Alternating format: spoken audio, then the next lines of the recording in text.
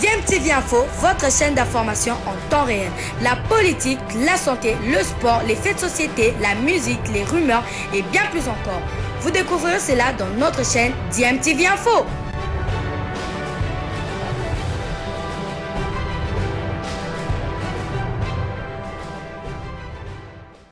Vous êtes sur DMTV, bonjour ou bonsoir, tout dépend de l'heure à laquelle vous nous suivez. Tout plaisir est pour nous de vous retrouver, mais surtout de savoir que vous êtes nombreux en train de suivre votre chaîne YouTube DMTV. DMTV qui vous propose l'actualité, vous propose également des analyses et des réflexions sur des sujets d'actualité, sur des faits sociaux ou tout simplement sur des réalités que nous observons ici chez nous en République démocratique du Congo. C'est l'heure de votre tour d'horizon, le petit tour d'horizon qui nous permet d'échanger avec vous sur quelques news que nous avons de la prestation de certains de nos internationaux ou des binationaux, histoire de suivre leur performance. Vous savez, nous sommes à quelques jours de cette double confrontation entre la RDC et le Madagascar dans le cadre des éliminatoires de la Coupe du Monde Qatar 2022 pour la 3e et 4e journée. Il est donc important pour nous de suivre l'évolution de nos internationaux. Alors avant de débuter ce petit tour d'horizon, c'est pour moi un devoir que de m'acquitter, en tout cas ce devoir maintenant de vous remercier pour vous être abonné à cette chaîne. Vous êtes désormais 20 000 qui êtes abonnés à cette chaîne DMTV. En tout cas, nous ne pouvons pas débuter sans vous dire merci, et nous souhaitons en tout cas pour ceux qui ne sont pas encore abonnés de continuer à vous abonner. L'objectif, c'est 30 000, que nous soyons le plus nombreux possible à partager ensemble des informations, à les analyser, à faire des réflexions sur des sujets qui nous intéressent. Pourquoi pas des coups de gueule aussi sur tel ou tel autre sujet. Alors ce tour d'horizon, nous allons le débuter en Belgique où se jouait la Jupiler Pro League, le championnat belge de première division, et se jouait la 8e journée, du moins en ce qui concerne l'équipe de KAS Eupen, où un international congolais évolue. Il s'agit d'Edo Kayembe. Il était d'ailleurs présent lors des deux derniers matchs des Léopards de la RDC à Lubumbashi ainsi qu'à Cotonou au Bénin. Edo Kayembe n'avait pas joué lors de la première rencontre, mais lors de la deuxième rencontre, Hector Hall Cooper l'avait fait entrer en jeu pour ce match. Un but partout, c'était sans conséquence, puisque bien évidemment en première période le score était déjà de un but partout. Alors Edo Kayembe avec son équipe de KS Eupen ont joué hier vendredi 17 septembre 2021, et c'était sur le terrain de la deuxième équipe de Bruges, Cercle de Bruges. Football Club de Bruges est leader. Football Club de Bruges a joué contre le Paris Saint-Germain, vous le savez, avait reçu le PSG, a fait un match nul contre le PSG. Maintenant le deuxième club de Bruges, c'est le Cercle de Bruges qui accueillait KAS Eupen. En première période c'était un but partout, et en seconde période Eupen a su prendre l'avantage pour le 1 contre 2. Belle victoire qui propulse cette équipe en tête de ce championnat en attendant le match de la 8e journée pour le leader avant cette journée, le Football Club de Bruges. Alors notre international congolais s'est bien illustré pour ce match. Il a inscrit son deuxième but de la saison après avoir marqué contre le club de Bruges lors de la première journée. Il marque contre le deuxième club de la même ville, le Cercle de Bruges. C'est une pelouse qui lui réussit plutôt bien. Félicitations à Edo Kayembe. On peut dire qu'Edo Kayembe n'aime pas voir un club de cette ville devant lui, et ça le pousse, en tout cas ça le booste à inscrire des buts. Alors grâce à cette victoire, Eupen rejoint provisoirement le club de Bruges à la première place du classement. Seul point négatif, c'est bien cette sortie d'Edo Kayembe à la 58e minute, probablement à cause d'un problème physique. Lui qui jusque-là n'avait loupé aucune minute en championnat. Il a toujours joué toute la rencontre. Bien sûr, pour ce match, Edo Kayembe était toujours titularisé dans le milieu de cette équipe de KS Eupen. Alors, du côté statistique, Edo Kayembe, son club était aussi largement supérieur avec 53% en termes de possession contre 47 laissés au Cercle de Bruges. Ça augure en tout cas l'un des mêmes meilleurs pour cette équipe qui qui compte désormais 14 points après 8 journées, 4 victoires, 2 matchs nuls et 2 défaites. Le club de Bruges qui vient juste après a aussi 14 points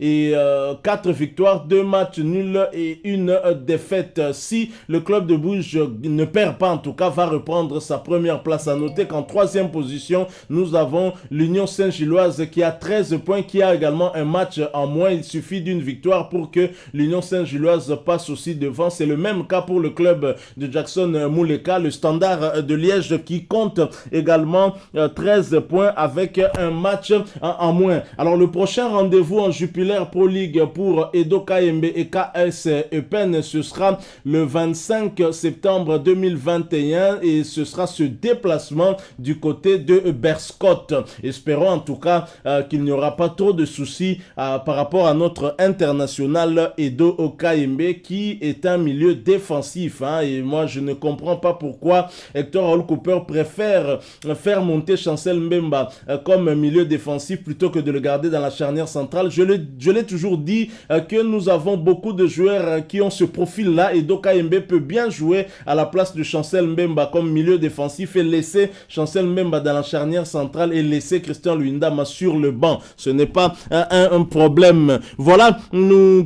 poursuivons en tout cas ce petit tour d'horizon en quittant la Belgique. Nous allons donc aller du côté de la Turquie pour retrouver un autre international congolais. Poursuivons ce tour d'horizon, je l'ai dit, en allant du côté de la Turquie pour retrouver un autre international congolais, lui qui a changé de championnat, histoire en tout cas de vivre une autre expérience. Il s'agit de Walter Boualia. Walter Boualia qui a quitté Al Ahly d'Égypte pour Yeni Malatyaspor en Turquie, en première division de Turquie. Et Yeni Malatyaspor, club, nouveau club de Walter Boualia recevait pour le compte du championnat turc et la 5e journée de ce championnat. Yeni Malatyaspor recevait Fatih Karagümrük et malheureusement défaite à domicile 3 buts contre 4 et pourtant Yeni Malatyaspor en première période menait 3 buts à 2, donc il y a eu 5 buts inscrits lors de cette première période et pour ce match de la 5e journée, l'international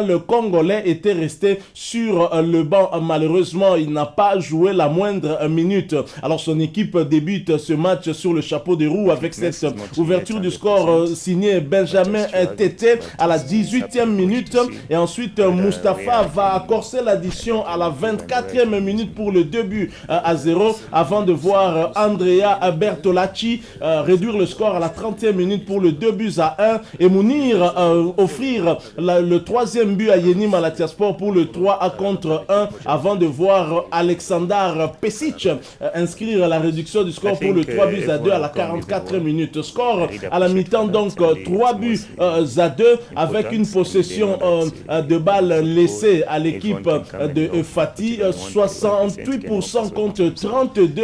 C'était normal en tout cas qu'en seconde période l'équipe visiteuse puisse prendre un tout petit peu le dessus et l'égalisation va arriver par l'entremise du même Aleksandar Pesic à la 76e minute. Il inscrit donc son doublé et c'est à 2 minutes de la fin du temps, à 2 minutes du temps réglementaire que Fatih Karagümrük va inscrire le 4e but par Andrea Bertolacci pour évidemment son 2e but aussi pour le 3 buts contre 4. Défaite donc pour l'international congolais Walter Boualia. Walter Boualia qui n'avait pas été sélectionné lors des 2 premières journées des éliminatoires de la Coupe du Monde Qatar 2022 mais qui fait partie désormais des 53 présélectionnés par Hector Hall Cooper pour cette double confrontation face au Madagascar le 6 et le 10 octobre prochain. Le 6 ici en République démocratique du Congo, Lubumbashi ou Kinshasa. On aura plus de précisions dans les jours qui viennent.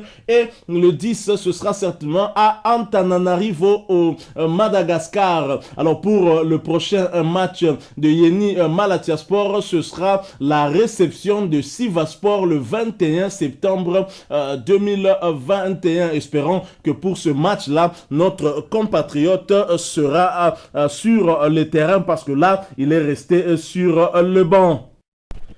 Terminons ce petit tour d'horizon par le classement FIFA. Le classement FIFA dont les résultats en tout cas ont été publiés. Le classement FIFA où la République démocratique du Congo ne fait plus partie du top 10 africain. C'est dommage. La RDC qui stagne, la RDC qui recule. Les résultats de la première et deuxième journée des éliminatoires de la Coupe du Monde n'ont pas permis aux léopards de la République démocratique du Congo de soigner leur place au classement mensuel de la Fédération internationale de football association. Pire, les fauves congolais connaissent une régression lors du mois d'août. Sur le plan mondial, la République démocratique du Congo quitte la 65e place pour la 67e, un recul de 2 places. Selon l'ordre de classement des pays membres de la Confédération africaine de football, les léopards sont 12e comme le mois a passé.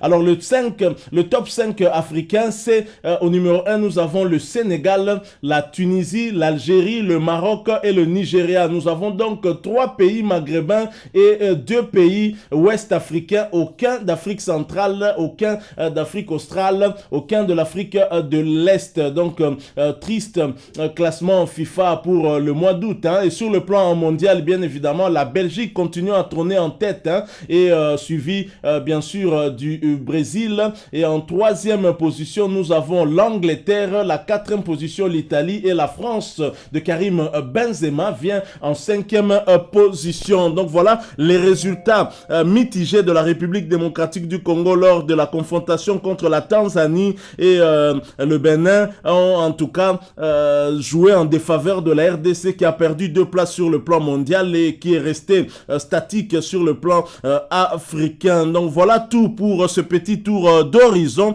qui, nous espérons, vous aura plu. Si c'est le cas, en tout cas, laissez-nous un maximum de j'aime et merci de partager avec nous votre propre point de vue si vous en avez un en nous le laissant à travers un commentaire. Vous êtes nouveau sur cette chaîne ou ancien, faites comme les 20 000 abonnés qui sont déjà qui nous accompagnent déjà depuis un moment sur cette chaîne DMTV. Abonnez-vous donc et n'oubliez pas d'activer la cloche de notification. Elle vous permettra de ne plus rien manquer des prochaines vidéos que nous allons vous proposer. Encore une fois, merci à vous. Nous espérons vous retrouver bientôt avec un autre sujet d'actualité. En attendant, portez-vous bien et DMTV vous dit au revoir.